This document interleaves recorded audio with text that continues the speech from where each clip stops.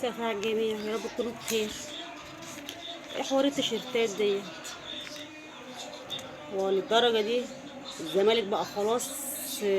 بقى بيشحت كده للدرجة دي يا لبيب. وصل بينا الحال كده، وصل بينا الحال ان درجات التانية والتالتة يعطونا تيشيرتات بواقيهم. بقى الزمالك دلوقتي بقى بيلم بواقي التيشيرتات بتاعت الأندية، درجة أولى ودرجة تانية ودرجة تالتة. وكمان النادي المصري ونادي البلدية بيعطونا، بيمنوا علينا بتيشيرتات. ايه يا لبيه؟ ايه حرام عليه؟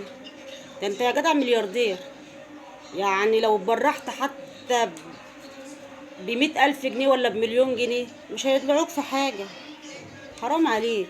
يوصل بينا الحال ويوصل بينا الزمالك بعد ما كنا بنسافر بطيارات خاصة، بقينا بنسافر بطيارات عادية. بقينا الزمالك بقى لا حول ولا قوة. حرام. ليه كده؟ ليه كده؟ انت بجد يعني معانا ولا علينا؟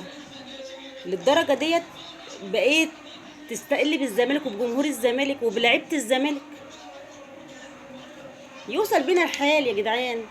يا اله الا الله، ان احنا نلم بواقي، ان احنا نشحت تيشيرتات. لا، واللي يغيظك يقول لك دي تيشيرتات عاديه، يعني ظاهره بالشركه الراعيه لكن ما عليهاش لوجو الزمالك. لكن لما نيجي نلعب السوبر لا، هيبقى في تيشيرتات تانية.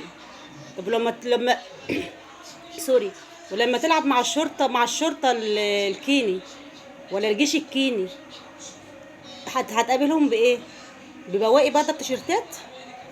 اتقي الله، اتقي الله بجد على اللي انت بتعمله في الزمالك ده للدرجه